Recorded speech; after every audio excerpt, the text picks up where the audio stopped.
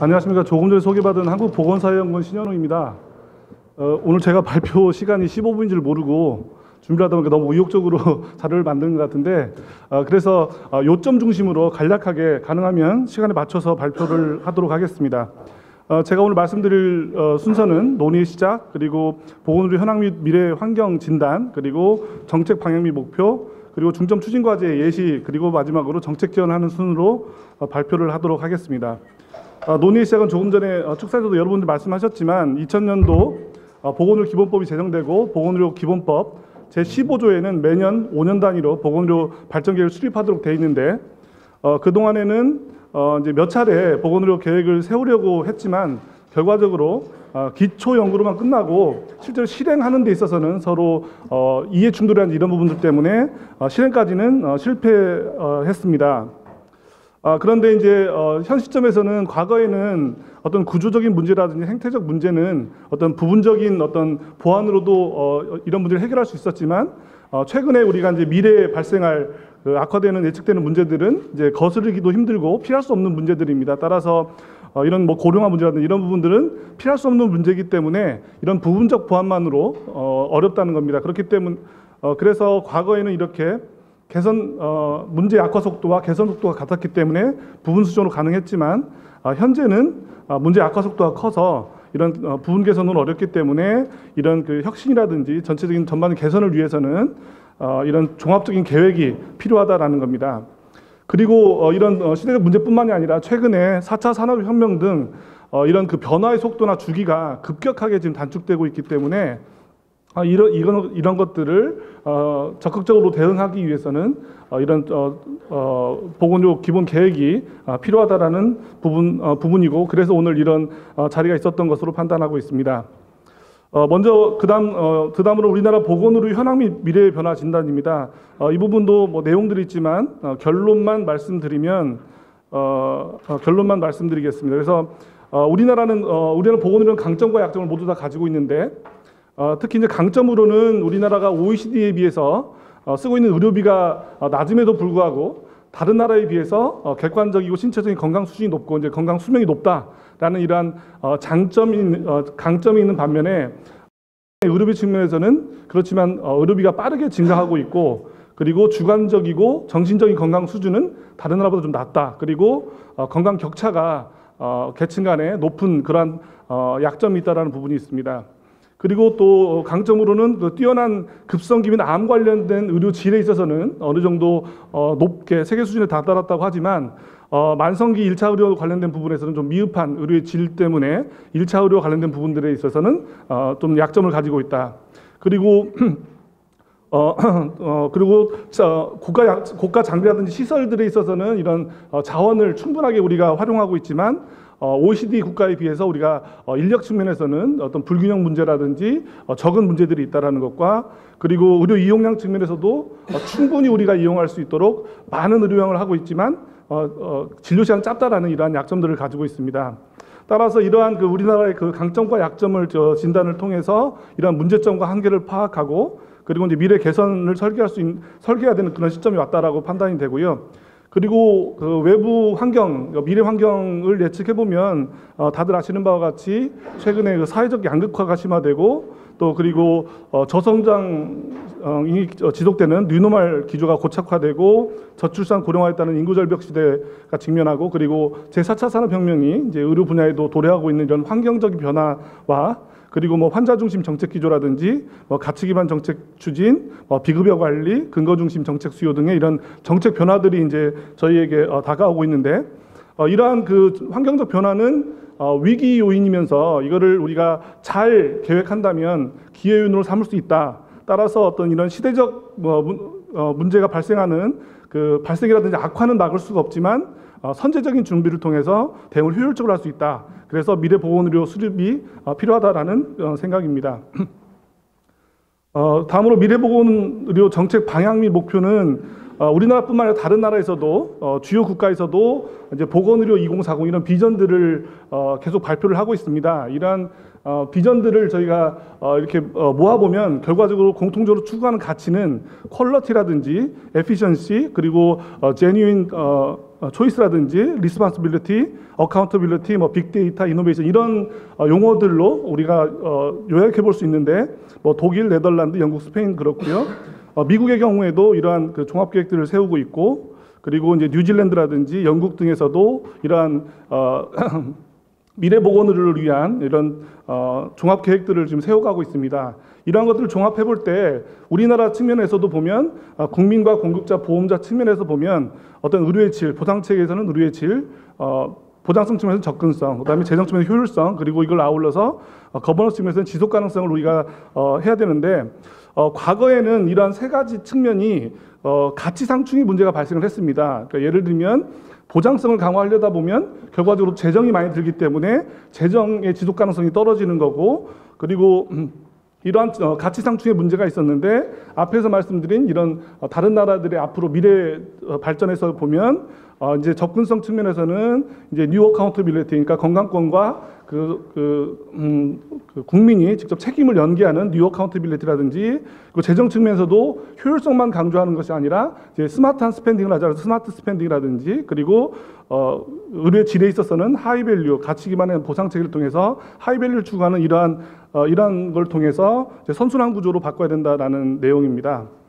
그래서 이거는 이제 제가 개인적으로 그동안 연구하면서 생각했었던 부분들을 한번 정리를 해본 겁니다. 그래서 이건 어디까지나 저의 그동안의 어떤 연구의 경험에 의해서 나온 개인적인 의견이고 그렇기 때문에 이걸 바탕으로 나중에 이제 보건의료 기본계획을 세울 때 이렇게 했으면 좋겠다라는 저 개인적인 제안이라고 생각하시고 받아들여 주시면 좋겠습니다. 그래서 첫 번째는 현재 공급자 중심의 어떤 단절적, 분절적 의료 제공 체계에서 최근에 말씀드린 환자 중심의 연속적이고 통합적인 의료 이용을 해야 된다라는 측면이고요. 보장성 측면에서는 필요가 많은 국민일수록 더 많은 혜택을 받는 보장성 정책 그리고 이거는 이제 환자 중심, 국민 중심인 people centered coverage로 정책을 세워야 된다라는 거고 보상 체계는 국민이 건강할수록 공급자 혜택을 받는 보상 체계 그래서 하이밸류 케어를 추구하고 있고 그다음에 재정관리 측면에서는 불필요한 지출은 줄이고 필요한 곳에 더 투자하는 재정관리 즉 아까 말씀드린 효율성만 추구하는 게 아니라 스마트 스펜딩을 하자는 겁니다. 그리고 이런 것들을 다 아우르기 위해서는 그동안 이제 자기 영역만의 이익을 추구해 오던 분절적인 구조, 사일로스라고 하고 뭐 흔히 우리가 이렇게 자기 나와바리만 지킨다라는 그런 사일로스 체계에서 상호 가치 창출을 통해서 모두가 이익을 보는 시스템적인 접근을 우리가 해야 되겠다라는 생각입니다. 그러면 결과적으로 그동안 이제 건강 수준만을 높이기 위해서 했던 것들을 이제 건강 형평성을 동시에 추구할 수 있는 이제 패러다임의 전환이 필요하고 그동안 기대 수명 연장뿐만 아니라 건강 수명을 향상시키는 이런 중점을 두는 보건 체계로 우리가 바꿀 수 있지 않을까라는 내용입니다. 여기서 말씀드린 중점 추진 과제도 말씀드린 대로 제가 그동안 했던 연구를 중심으로 이제 몇 가지만 제안을 했는데 이건 좀 개인적인 의견이고요. 시간 관계상 이걸 다 이야기할 수 없기 때문에 지금 국민, 공급자 측면, 정부 측면, 정부 정책 지원 측면에서 5가지에 대해서만 제가 간략하게 말씀을 드리겠습니다. 이런 자료들은 이 내용들은 자료를 참고하시면 될 것 같고요.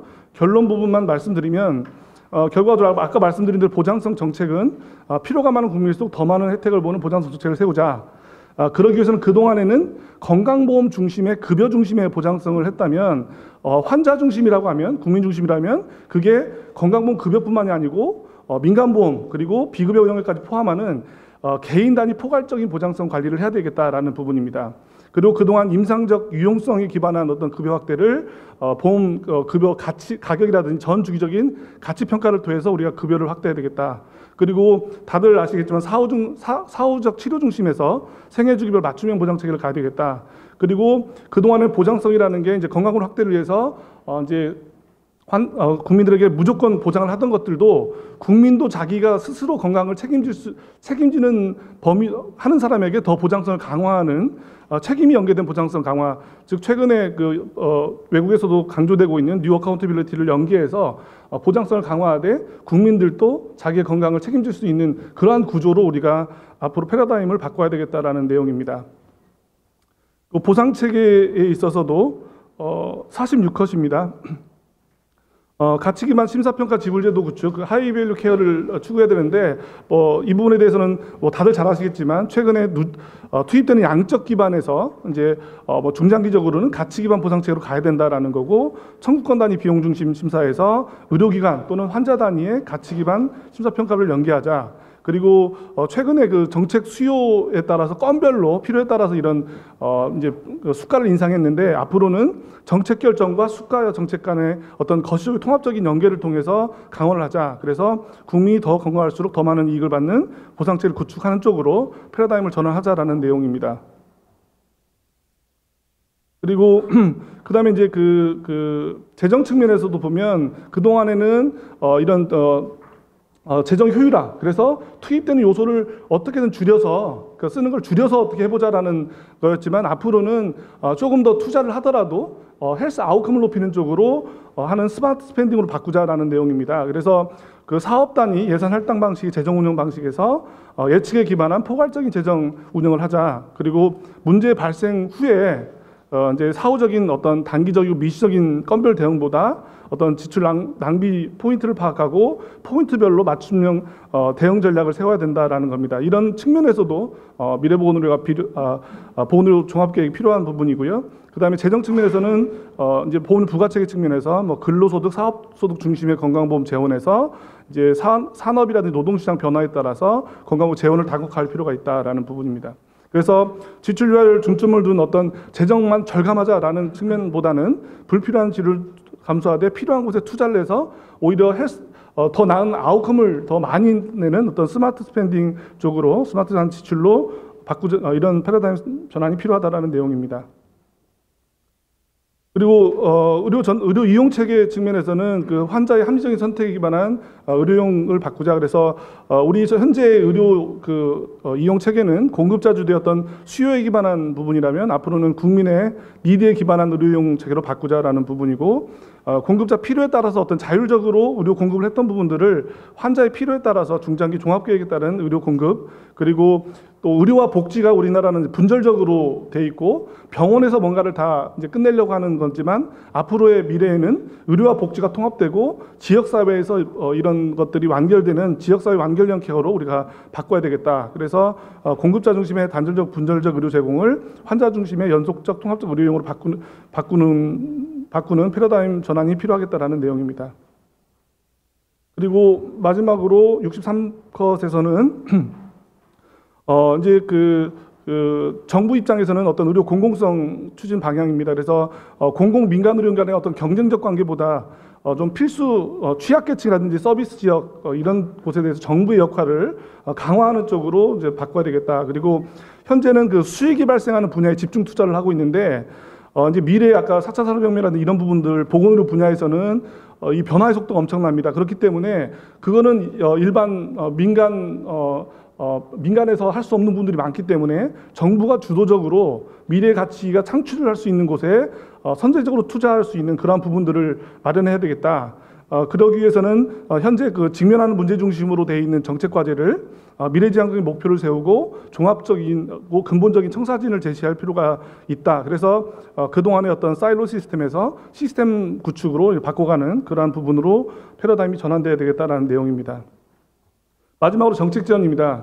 그러면 그동안 이러한 종합계획을 세우려고 했던 노력들이 없었던 것도 아니고, 그리고 많은 연구자들이 노력하고 관계자들이 다 노력을 했음에도 불구하고 그동안 우리가 왜 이러한 청사진도 없고 보건의료 체계가 개선이 안 됐느냐라고 볼 때, 우리가 이제 뭔가 좋은 방향으로 나가려면 어떤 부분적으로 뭔가 자기들이 감내해야 되는 어떤 책임이 있고, 그리고 다른 보상이 있는데, 우리는 그 조그만 보상에 대해서 고통되는 부분들, 분담해야 되는 부분들에 대해서는 안 되는 거고, 미래 어떤 보상 체계에 대해서만 이야기를 하다 보니까 서로 이해상충의 문제가 있었다라는 거고, 또 하나는 의사결정할 때 이상적인 비전보다는 단편적인 목적을 달성하기 위한 어떤 보수적인 정책 결정을 했다.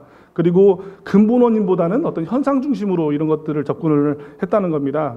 그래서 저희가 연구를 하다 보면 문제를 개선하는 게 왜 어려울까 보면, 저희가 문제 발생을 하면 문제를 인식도 하고 원인 파악도 하고 해결 방안도 돼 있는 것들이 많이 있습니다.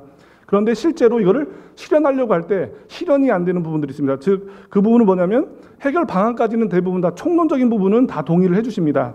예를 들면 제가 이제 경험한 것 중에 보면 뭐 의료전달체 협의체 이런 데 회의에 가면 대부분 1차 의료의 중요성 그리고 뭐 1차 전담의 제도가 필요하다라고 총론적으로는 다 동의를 하시는데 그걸 어떻게 할 거냐라고 강론으로 가면 서로 간의 이해관계 때문에 이제 합의를 못 보는 부분에서 갈등이 생기기 때문에 결국 실현이 안 되는 부분들이 있습니다. 그래서 모든 이해 당사자들은 보면 혜택은 받고 손해는 안 보려는 경향이 있고 그러다 보니까 서로 상호 가치 상충의 문제가 있습니다. 그러다 보니까 이제 예를 들면 이제 그런 문제를 해결하려면 어떻게 해야 되느냐라고 하면 이제 미국의 예를 볼 수 있는데 미국의 경우에는 지금 10년의 기간을 두고서 과거에 있던 그 보상 체계를 새로운 보상 체계로 바꿔나가고 있습니다. 그러면서 하는 게 뭐냐면 이제 그 10년의 기간은 우리가 다 같이 일정 수준 고통의 시간을 가지고 그러고 나면 뭔가 우리가 얻을 수 있는 베네핏이 더 높다라는 것을 보여주면서 이런 큰 그림에서의 정책을 제안하고 서로 그 이해상충다는 관계자들끼리의 합의를 통해서 이런 걸 했습니다. 그러기 위해서는 이런 그 고통 시간이 넘고 나면 우리가 가질 수 있는 편익에 대해서 모든 당사자들에게 보여주고 그러기 위해서는 그거를 그렇게 될 거라는 걸 보여주기 위한 계획이 필요한 부분이 있습니다. 따라서 다른 나라가 그렇게 했듯이 우리도 이제 이러한 측면에서 이제 그런 보건의료 종합계획이 필요하다라는 거를 저희가 정책 지원을 말씀드리고 요거는 자료는 참고하시면 될 것 같습니다. 그럼 마지막으로 보건의료 계획을 세울 때 우리가 이제 고려해야 될 부분 뭐냐면 이게 그 현재는 이제 부재한데 또 다른 보건의료 관련된 그 법령들이 많습니다. 그러다 보니까 그런 다른 그 보건의료 관련 계획들과 이걸 어떻게 할 거냐라는 부분들이 이제 문제가 될 수 있습니다. 그래서 제가 본 바로는 이렇게 뭐 건강증진, 지역보건의료, 공공보건의료, 응급, 건강보험 등 각각 그런 부분들에 대한 계획을 세우고 있기 때문에 이런 만약에 종합계획을 세운다면 이러한 계획들과 어떻게 연계해서 할 거냐라는 부분 그리고 또 우리 분야 중에서 뭐 의료 전달체계라든지 의료 보건의료 자원이라든지 이런 부분들에 대한 계획이 없기 때문에 이런 부분은 보건의료 종합계획에서 이런 부분들을 계획을 해서 균형 있게 앞으로 미래를 바라볼 수 있는 보건의료 계획을 세우는 것이 좋겠다라는 생각입니다. 예, 이상입니다.